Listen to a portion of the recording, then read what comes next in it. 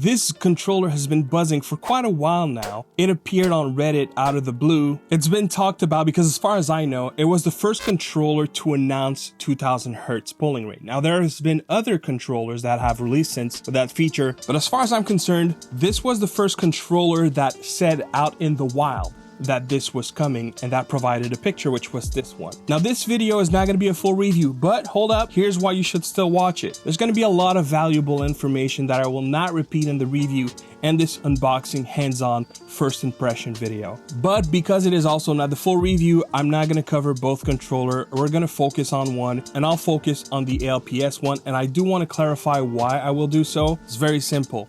I'm gonna need more time to really thoroughly test the TMR, to really compare it with other TMR options that I have and see if that one ranks supreme, if it's the same. What are we expecting in terms of the quality of the sticks and so on and so forth. So I'm definitely going to take more time with this one. We're going to unbox this one today. These are definitely controllers that have this all in your face kind of look. I don't mind it necessarily, but in comparison to, for example, the controller that I reviewed that I was extremely surprised by, it definitely has a more sleek, mysterious look. I kind of like this a little better, but I also understand the need to differentiate these products versus the Rainbow 2 Pro. I'm going to put the TMR aside, so let's say goodbye to this one and we'll see that one and the full review. And without further ado, let's go ahead and open the box, see what's in there. Now this is a fully unscripted video, no bullet points, nothing. I'm really going off the cuff. Mechanical buttons, 1000 Hz gyroscope. So this is just for the motion, which was already amazing on the Rainbow 2 Pro, but we have a 2000 Hz wired and wireless polling rate. We have the high precision ALPS joysticks. We have 16 mechanical buttons, the 2.4 gigahertz adapter that has the what they call the Nearlink technology, and this is what every controller on the market that has 2000 Hz polling rate is utilizing. We have 1000 Hz milliamp hour batteries. We have 1, 2, 3, 4. So much like the Rainbow 2 Pro, they're keeping that same 2 back paddles, 2 top paddles, which is, you know, nice for claw players to have these two. A lot of people in my comments ask for these and they regret when they're not available on controllers. So rest assured that BIGBIG WON covers the entire scope. Now, I'm sure there's going to be a lot of people that will say, well, I wish there was 4 in the back. And I get that, but you know, I think this is a good compromise to make sure everyone is happy. Here we have a card. Welcome to the BIGBIG WON official web. Oh. All right, here we have the controller itself. Let me just see what's in the box. Oh, I couldn't see. What do we have here? We have replacement thumb caps with metal rings, anti-friction, I like. The D-pads, that's the same alternative that the other Rainbow 2 Pro has. Braided, thin, very light, very flexible, I like. And branded as well. That is a nice cable, guys. Yep. Now let's look at the controller itself. Oh, these ones are super thick. I have so many of those. I actually keep them. Whenever I'm moving controllers around, I just always put these on top of my controllers now. Very nice grip, and I like that the grip is going all the way in the front, and this is not the case with the Rainbow 2 Pro. And I haven't seen a whole lot of controllers, but I have pointed it out in some controllers in the past that I really like when they put grip in the front. It gives you like that extra hold. It feels slimmer. It's definitely slimmer in the grips here. In fact, I would say that it's slimmer than most average controllers. It has this little steep corner here, which, well, it's not that steep, not to a point that it would scratch you. It's kind of nice, honestly. You know, just by looking at it, I was like, oh, another Xbox style controller, but actually it's not. It's definitely more squarish than a proper Xbox controller. Like if you compare it to this one, you'll see it immediately. Well, I guess shadow doesn't help, huh? You'll see that this one is definitely more squarish, whereas this one is kind of like trapezoid. This reminds me a little more of the 8BitDo Ultimate, which also are more squarish in shape. But the ergonomics are different because this is so much slimmer. Here we have mechanical buttons. They're not the bounciest, very responsive. Fast click would be very easy on these buttons.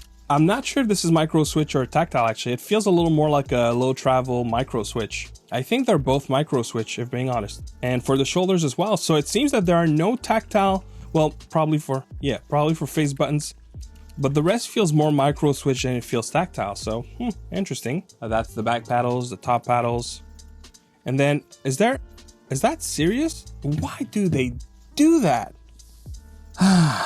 no analogs on the trigger. I don't play a whole lot of racing games, so for me personally, it really doesn't matter. It's not the end of the world. However, I just know, like, I can already read it. Like, it's the video is materializing itself in front of me, and I read the comments and I'm like, yep, people are complaining because there are no analog triggers.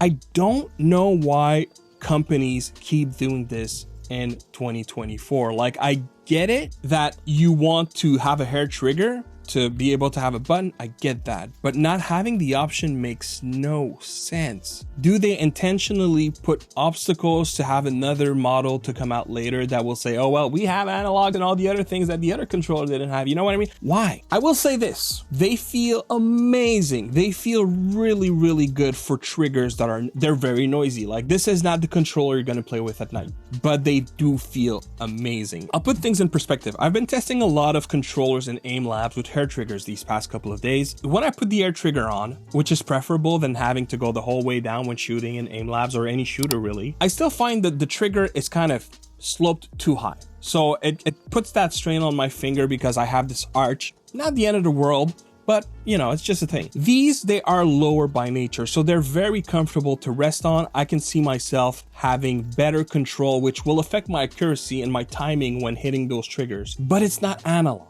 Taking a long detour, I just want to point it out because I would hope that BIGBIG WON will hear that. And you know what, maybe the TMR version has analog triggers, but I don't think so. I think really the only difference is the sticks. We have what would be select, start, home, no wait, capture, home. Sticks are clickable, of course, D-pad, phase buttons, and then the back paddles. And that would be a pairing button, USB-C not too recessed, thank you. We don't have a 3.5mm jack, but we do have pogo pins for it to be docked. Is it the same? Yeah, it is the same pogo pin. So I guess if you have the dock for the Rainbow 2 Pro, you will be able to dock this one. I'm gonna try it in the review because it's not here now, but I'm pretty sure it's gonna work. Now on this one, they had a special button here. I think it has been moved to the middle, which could be used for a couple of things. Gyro comes to mind. And then we have these 4 different buttons. You have a few features, for example, changing the dead zones on the center of your sticks. All of that remains. So you really have the BIGBIG WON DNA. So this is not the controller where they're redefining what the DNA is, but rather they're bringing new features while taking out some.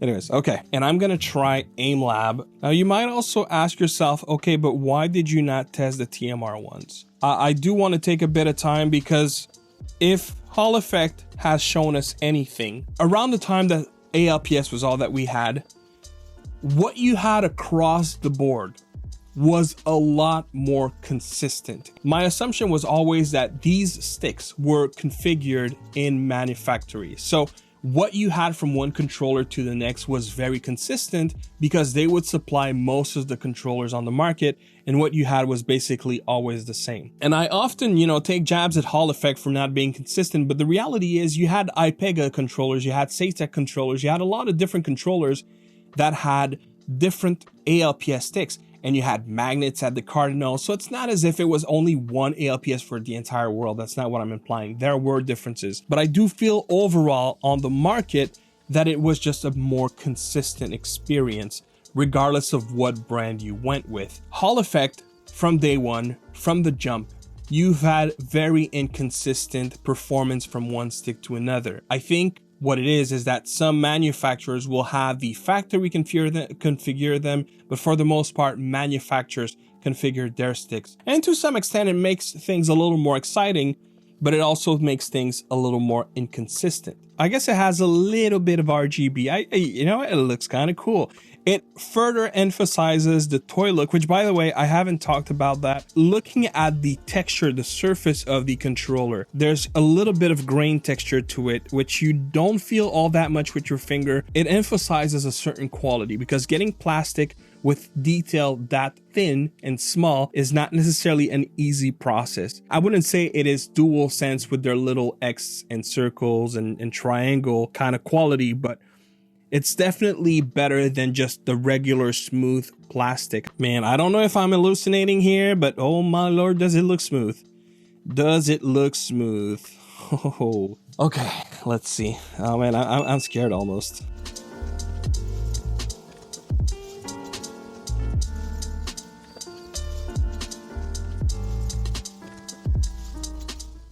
21,000. I can already tell you the next round is going to be better. Holding this controller, it makes me realize why I've never been a fan of the shape of the Ultimate. And I think this controller has a similar shape. I love the trigger. Love the trigger. But it's like that finger is in my way. I'm trying to tighten on the controller at the upper portion. And whereas a controller like this, you kind of like, you know, it's leaning into the way that your finger is kind of holding into the controller, if that makes sense. And you can just rest your finger on that little corner here. On this one, it's like that little corner is pushing against my finger. The way that I'm trying to hold the controller personally and trying to be comfortable, it's like it's in my way. It's just a me thing, but I kind of forgot, and it took me to really play with it to experience it again.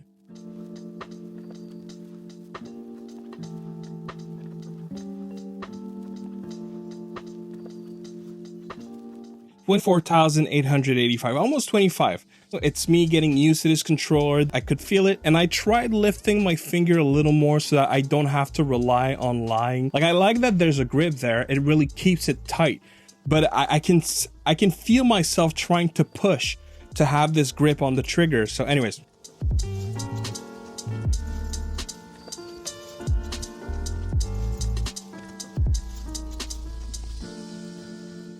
Oh my God, 26,000. I'm surprised. I was in the zone. Let's go back to this controller. But I can already tell you, BIGBIG WON has got a big winner in their hands. That's a given.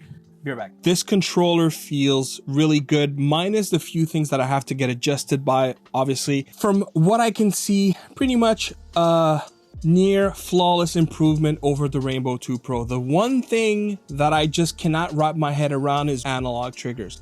It did feel really smooth when I was doing that Aimlabs round, and I don't know if the 2000 hertz had anything to do with it, but it's very possible that it did. I get the importance of latency, but the fact still remains that if you have a higher pulling rate, you have more data that is being sent by the controller. It will have a certain advantage. Oh my lord.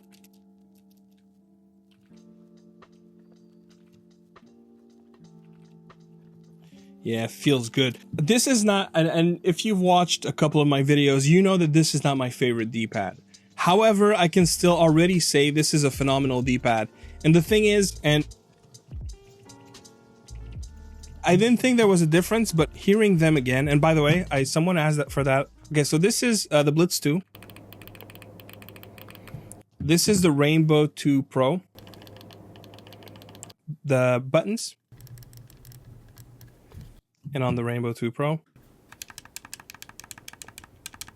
The response feedback and the audio element of this D-pad is really good. And this is what makes me efficient with this D-pad. I can tell I really have this response feedback that lets me know exactly where, you know, my finger is. How can I put this? I have these other elements that I am subconsciously utilizing to be efficient, if that makes sense. And I don't think that every controllers do that efficiently. And I know we're getting into like some very minute details, but sometimes when you have a muted switch, or when you have a switch that has too much of a travel distance or too little, it impacts my efficiency. And we're all different, and maybe some things are gonna work for me and they're not gonna work for you. But when it comes to this D-pad, this is a very good D-pad. And it brings me back to another controller that I reviewed a couple of weeks ago that I feel is so underrated, is the BIGBIG Ultra. And that controller has a phenomenal D-pad, and that puts me pretty much there. That's where I am with that D-pad. You know what? Just for argument's sakes, let me go ahead and try the other one. But I already know what the outcome is going to be. This is like D-pad corn. Yeah, this is D-pad corn right there. Oof. Yes, please.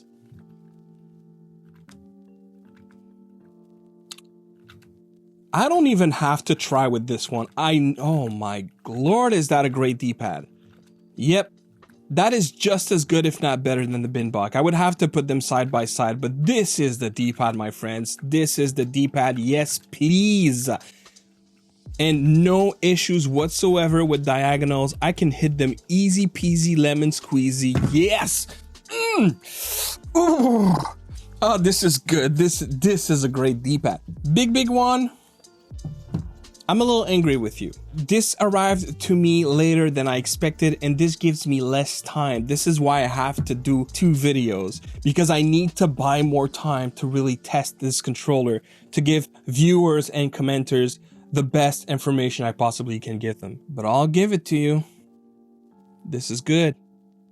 This is good. Not perfect, because it doesn't have analog triggers. Did I say that? I think I said that. But this is good. Let's go back to PC real quick. There are 2 things I want to look at. I was hoping for HD. This is not HD. This is obviously rotary. It does feel a little noisy. Not the end of the world, and I know a lot of people don't care for rumble, but this is not going to be that controller. This is not going to be your king most rumble experience. Well, it's definitely getting past 1,000 hertz pulling rate. I mean, we see it here, 1400. Maybe when we're wired, we're going to have a slightly higher number, closer to the 2000. I'm excited. I'm excited to review this controller because I think there's going to be a lot of good things to be said about it. And as some of you may know, I just reviewed the GameSir Tarantula, and you know, that video has been skyrocketing in my channel. Thank you to everyone that took the time to watch and like. And I knew, and I mentioned it in the video, that a lot of people are going to be disappointed with the fact that it's a symmetrical design. If you're aching for something that gives you that upgraded feel, I think this is going to be the one to get. There is a TMR option, and last I checked for $80, and I guess it's an introductory price. It was even part of the Amazon Prime Day for a discounted price. But I feel confident enough in saying the review will give you more data about a controller that you are already interested in. But if you know that you are interested in, go ahead and buy it. It's already proven enough with the hands-on to tell me that this is going to be a phenomenal controller. And keep in mind that I have not used the one most important thing about the BIGBIG WON products, which is their gyro capability. If you've seen my review of the Rainbow 2 Pro, you'll remember I was doing great with the sticks, but the moment I activated the gyro, I was doing considerably better. So pair this with a TMR 2000 hertz pulling rate and a 1000 hertz gyro data. Woo, boy, oh boy, is it gonna be good, and it's gonna be extremely precise. I'm already feeling well comfortable to say I'm putting my name behind this controller because I know it's gonna skyrocket into one that a lot of enthusiasts want to have. And if that is you, you don't need to wait any longer. Grab it. Still tune in for the review if you don't mind. I'm sure there's going to be some valuable data for you in there as well. And until then, I hope this was a great video. If you have any questions, drop them in the comment box. You know what to do, all the YouTube stuff, and I'll see you on the next one. Peace.